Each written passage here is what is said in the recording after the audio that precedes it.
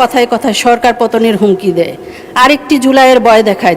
আফসোসের বিষয়, দেশের এই অর্থনীতির কঠিন সময়ে জনগণ আশা করেছিল একটি দায়িত্বশীল বিরোধী দল। জনগণের ভাত কাপড় চিকিৎসা শিক্ষার কথা না বলে তারা ক্ষমতার স্বপ্নে বিভোর। এতে প্রমাণ হয় তাদের নজর জনগণের দিকে নয়, তাদের নজর গদির দিকে। মাননীয় স্পিকার, আমরা আজ এমন এক বাজেট নিয়ে আলোচনা করছি যে বাজেট উপস্থাপন করা হয়েছে একটি কঠিন অর্থনৈতিক বাস্তবতায়। বিগত ফ্যাসিস্ট সরকারের আমলে দেশের অর্থনীতি জনগণের হাত থেকে সরে গিয়ে একটি মাফিয়া গোষ্ঠীর হাতে বন্দী হয়েছিল। ব্যাংকিং খাতে লুটপাট, উন্নয়ন প্রকল্পে অস্বাভাবিক ব্যয়, খেলাপি ঋণ, সিন্ডিকেট, কর ফাঁকি, অর্থপাচার এসব মিলিয়ে অর্থনীতির ভিত একদম ধ্বংস করে দিয়ে গেছে। অর্থনীতি শ্বেতপত্রে উঠে এসেছে 2009 থেকে 2023 সাল পর্যন্ত বাংলাদেশ থেকে প্রায় $234 বিলিয়ন পাচার করেছে, বছরে যা গড়ে $16 বিলিয়ন। এই টাকা যদি দেশে থাকতো কত স্কুল কলেজ হতো, কত হাসপাতাল হতো, কত তরুণের কর্মসংস্থান হতো, কত কৃষক তার ন্যায্য সুবিধা পেতে পারতেন।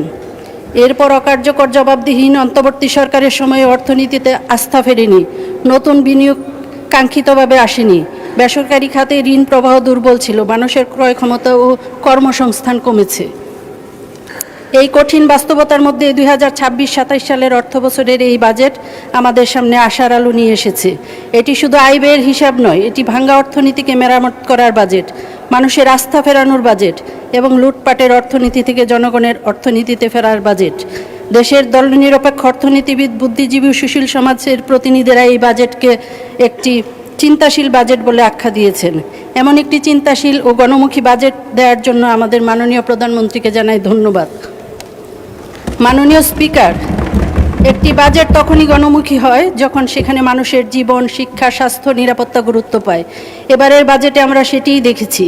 শিক্ষা খাতে বরাদ্দ 87,206 কোটি টাকা থেকে বাড়িয়ে 1,36,606 কোটি টাকা করা হয়েছে, অর্থাৎ পূর্বের বাজেট থেকে 56% বাড়ানো হয়েছে। স্বাস্থ্য ও পরিবার কল্যাণে বরাদ্দ 35,477 কোটি টাকা থেকে বাড়িয়ে 69,409 কোটি টাকা করা হয়েছে, যা আগের বাজেট থেকে প্রায় দ্বিগুণ। সামাজিক নিরাপত্তা খাতে বরাদ্দ দেওয়া হয়েছে 1,44,338 কোটি টাকা, যা আগের বাজেটের চেয়ে প্রায় 14% বেশি। এই সংখ্যাগুলো প্রমাণ করে এই বাজেটের কেন্দ্রবিন্দুতে আছে মানুষ, মানুষের শিক্ষা, মানুষের স্বাস্থ্য, মানুষের নিরাপত্তা। তবে আমি এটিও বলতে চাই, শুধু বাজেট বাড়ালেই হবে না, সঠিক মানুষ যেন সঠিক সুবিধা পায়, সঠিক জায়গায় যেন টাকা খরচ হয়, দুর্নীতিবাজরা যেন জনগণের টাকা ছুঁতে না পারে, সেটি নিশ্চিত করতে হবে। শিক্ষা খাতে বরাদ্দ বেড়েছে, এখন দরকার ভালো শিক্ষা, কারিগরি শিক্ষা, খেলাধুলা ও সংস্কৃতির সুযোগ। আমাদের তরুণ প্রজন্মকে শুধু পরীক্ষার খাতায় নয়, জীবনের মাঠেও সফল করে গড়ে তুলতে হবে।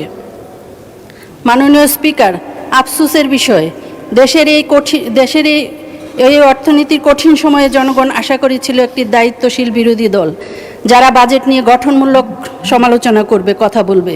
তারা বলবে কোথায় ঘাটতি আছে, কোথায় আরও বরাদ্দ বাড়াতে হবে, কিভাবে কর্মসংস্থান বাড়ানো যায়, কিভাবে সেবার মান মানুষের দোরগোড়ায় পৌঁছে দেওয়া যায়।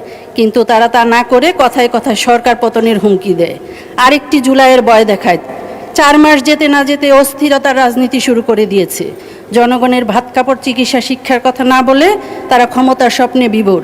এতে প্রমাণ হয় তাদের নজর জনগণের দিকে নয়, তাদের নজর গদির দিকে। আজ বিএনপি সরকার ক্ষমতায়, শত শত ছাত্র জনতার আত্মত্যাগের উপর দাঁড়িয়ে আছে এই সংসদ। তাই এই দেশের অসহায় মানুষের কাছে আমাদের দায় অনেক।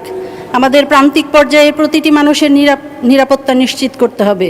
বাজারে ন্যায্য মূল্য, হাসপাতালে সেবা, স্কুলে শিক্ষা, মাঠে খেলাধুলা, সংস্কৃতিতে সুস্থ পরিবেশ, কর্মজীবনের সুযোগ, এই সবই এই রাষ্ট্রের দায়িত্ব। মাননীয় স্পিকার, আমি এই বাজেটকে সমর্থন করছি, কারণ এই বাজেট মানুষের কথা বলে, এই বাজেট ভবিষ্যতের কথা বলে। এই বাজেট আমাদের মনে করিয়ে দেয় রাষ্ট্র কোনো দলীয় সম্পত্তি নয়, রাষ্ট্র সকল জনগণের। যেমনটি আমাদের মাননীয় প্রধানমন্ত্রী বলেছেন, আমাদের রাজনীতির মূল কথা হতে হবে ক্ষমতার আগে বাংলাদেশ, দলের আগে বাংলাদেশ, ব্যক্তির আগে বাংলাদেশ, সবার আগে বাংলাদেশ।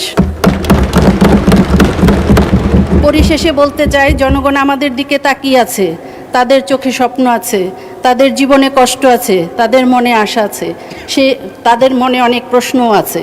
সেই প্রশ্নের উত্তর আমাদেরকে বক্তৃতা নয়, আমাদের কাজের মাধ্যমে দেখিয়ে দিতে হবে। আল্লাহ আমাদের সকলের সহায় হন। বাংলাদেশ জিন্দাবাদ। মাননীয় স্পিকার, আপনাকে ধন্যবাদ।